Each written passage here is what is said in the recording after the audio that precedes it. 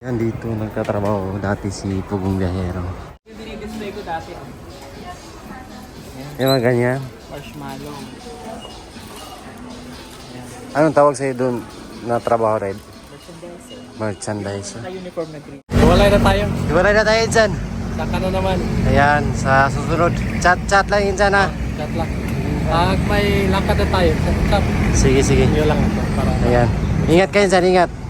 Opo. Ayan. Sige. Bye. Wala na kami mga kabuhayan kasi siya doon sa Panabo. Ako dito sa Davao. Tara.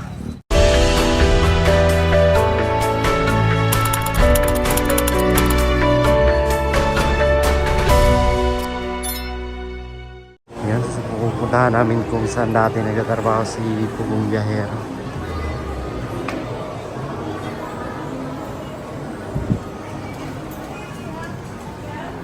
Yan dito nagtatrabaho dati si Pugong Biyahero.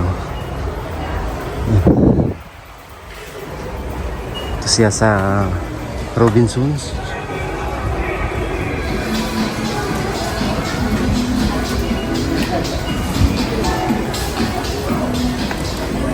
Yung dinidisplay ko dati. Yung mga ganyan. Marshmallow. Anong tawag sa'yo doon na trabaho, Red?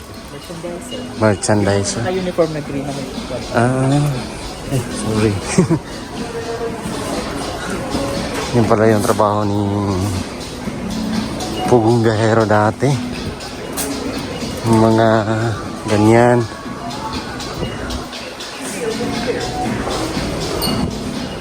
Merchandiser. Inip na inip ako sa oras din. Bakit late na, no?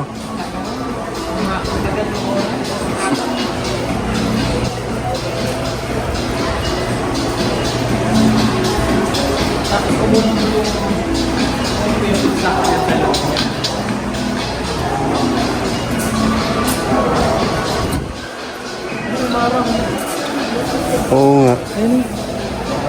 Marang. Ito, Lanzones. Yes.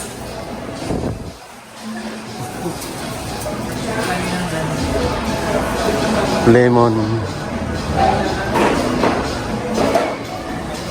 So talagang napaka-ordinaryo lang ni Pugong Biyahero, mga kababayan. Dito sa galing niya tatrabaho sa mall na to bilang merchandiser. Yung maasim. Ayun.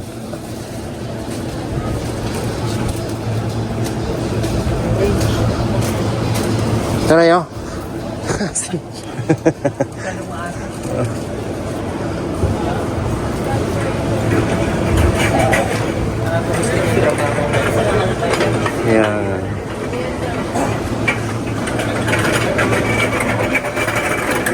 Yan. Ganyan natin si Pugong Biyahero.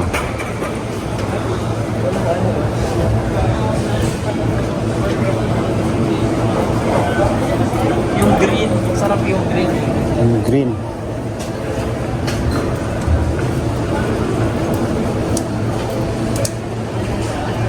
Wala. Walang green.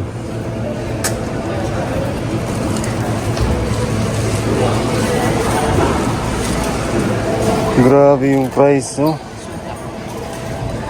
Mahal na, no? Ang mahal na.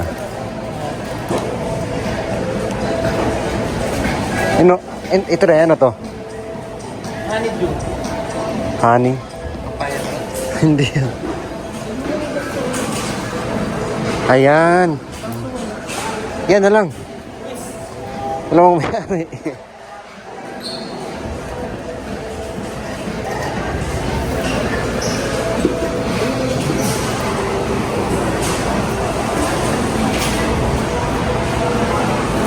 Yan, maasim yan.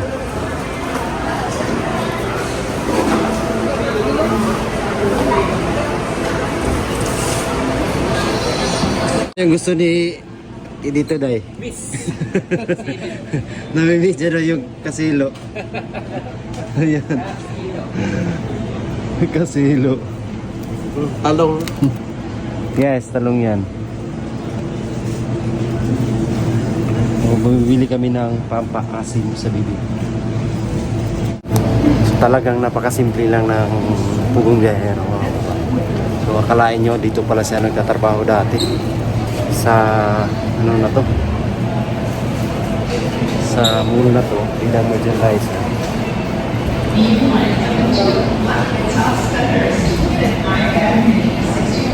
Kaya yan na yun. Iba naman yung ano.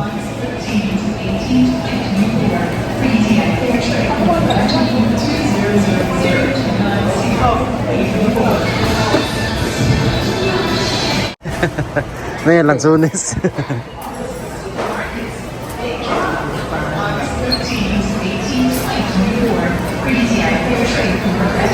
Ang gusto niya dito ng lansunes.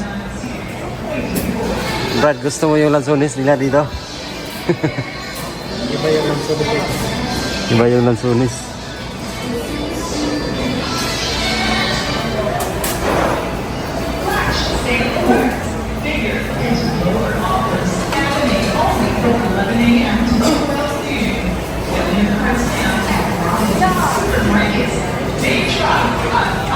So, di talaga natin nakalain mga kababayan na ang isang simpleng tao o simpleng mamamayan ang nagtrabaho dito sa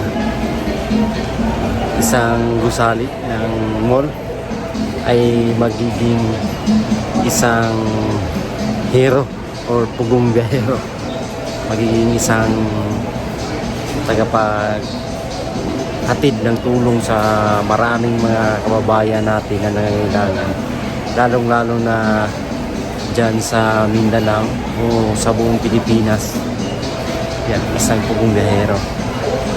Kaya magpasalamat tayo mga kababayan sa mga nagawa o gagawin pa ni Pugong Biyahero. Siyempre kasama yung team sa paglaganap at paghahatid ng tulong sa iba't ibang dako ng Pilipinas. Kami, yung taga PB Team Davao, is 110% ang bigay na suporta para sa aming Pangulo na si Pugong Biyahero mga kababayan. Dito siya yan, nagtatrabaho year 2017. So mamimiss niya daw yung mga trabaho niya dati, kaya binabalik-balik o dinadalaw niya yung mga pinagtrabahoan niya. Ngayon nandito kami ngayon, namimili kasama si Edito. Kaya bumili kami ng pampaasim sa bibig kasi dahil siguro sa biyahe mga kababayan ay meron kami mga nararamdaman na trangkaso dahil sa haba ng biyahe o layo ng biyahe. Uwi na kami ng Davao. Ngayon ay alas 7 na ng gabi mga kababayan. Talagang gabi na yung aming flight. Uwi pa kami ng bundok sa Pakibato. Saan ka diretso ngayon, Rod? Ikos pa. Pasundo ka? Sa mga alas 11 na. Sundo. Sige lang. Ayos na kayo yan? Alas 9 na po. Alas 9. Isang oras biyahe punta ng Kalaki. Isang oras. Nandito kami sa Gate 9 sa Terminal 2 dito sa Naiya mga kababayan. Balik Davao na naman kami. Sa susunod na araw is balik Lisyon na naman. So, kita-kits mga kababayan. So yun nga mga kababayan, boarding na po kami. Lilipad na kami papuntang Davao ngayon. Papasok na kami ng airplane.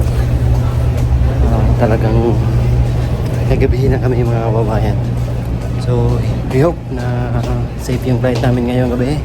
Siyempre kasama si Ricky Mumbai. So tayo yung sa kanya, tayo yung nag-assist Kasi first time yung hindi naman niya first time na flight, pero first time niya pumunta na ibang bansa.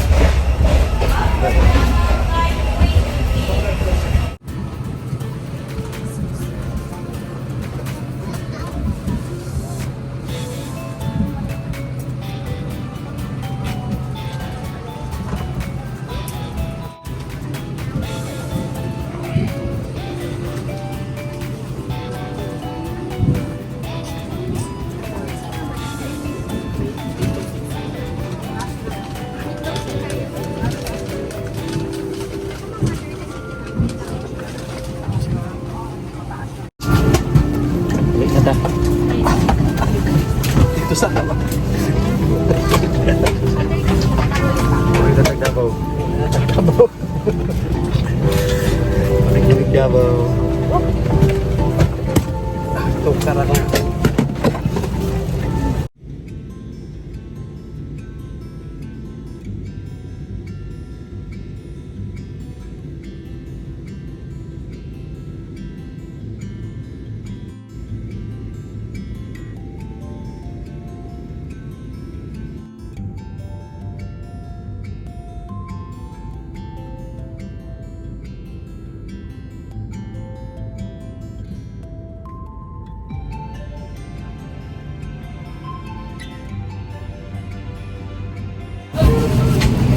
Back to basic.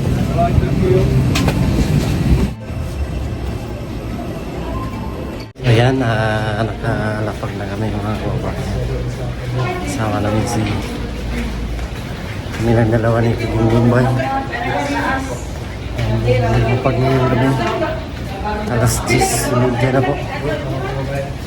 At thankful tayo kasi nakalapag kami ng mga ayos. At nag-enjoy kami sa aming bakasyon kahit kunting panahon lang, pero sulit yung aming pagpunta ng Thailand mga kababayan. Sayang lang kasi kulang kami ng isa, wala si Manghili. Pero baka sa sunod ay kasama na namin siya. Sana makuha na niya yung kanyang passport. Siyempre, maraming salamat kay Tita Pigilab, kay Sir Poo, laging andyan, mamahal para sa team, sa aming lahat. So, kami ni Ito ngayon ay magkakanya-kanya na. So, sa Panabo siya dadaan, ako naman ay dito sa Davao downtown. So, pasakayin muna natin siya ng taxi para diretso na sa Pagila. Si Dato ba yan itong mga kababayan? Isa sa Dato sa Pakibato, sa Tapak. Yan sila. Na-meet na namin si Dato ba yan itong mabait na tao yan. Airport sa Davao. Ayan, kuha na rin pa magahe na yan. Hintay lang natin sandali si dito kasi tao ng kalikasan. Masakayin lang natin siya ng taxi tapos uwi na rin tayo. Grabe yung biyahe po. Galing kami dito, pagpunta namin ng Manila. Pahinga ng isang gabi. Tapos biyahe uli. Pagbalik namin, iskin din. Pahinga ng isang gabi tapos biyahe uli. Sunod na araw ay balik mission na naman kami mga kababayan. Kanina ay pinuntahan natin yung dating pinagtrabahoan ni Buong Biyahero. Isa siyang merchandiser pala. Dun sa may Robinsons Galleria. Ayan na si brother. Brad, hiningin ko yung isang orange. Nakuha na ko. Tara. Ito na kami. Ngayon mga kababayan, lakad lang kami ngayon. Kasi grabe yung pila doon, ang taas. Alas 11 na ng gabi. Taas ng pila sa taxi. So dito kami, maghahanap kami ng taxi dito sa itaas. Kasi pag mag-aantay pa kami, gagabihin kami mga kababayan masyado. Kaya hanap tayo ng paraan. Kasi ang layo pa ng uwian namin. At sanay naman tayo sa lakaran. So, area na natin dito sa Davao. So, lakarin lang natin at kapag taxi na rin mga kababayan. Dito sa taas.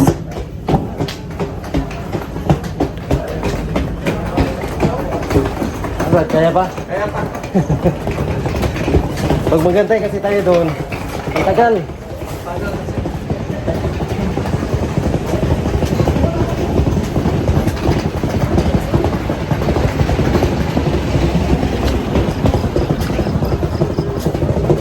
Sana nga doon tayo sa baba ng ano, sa arrival.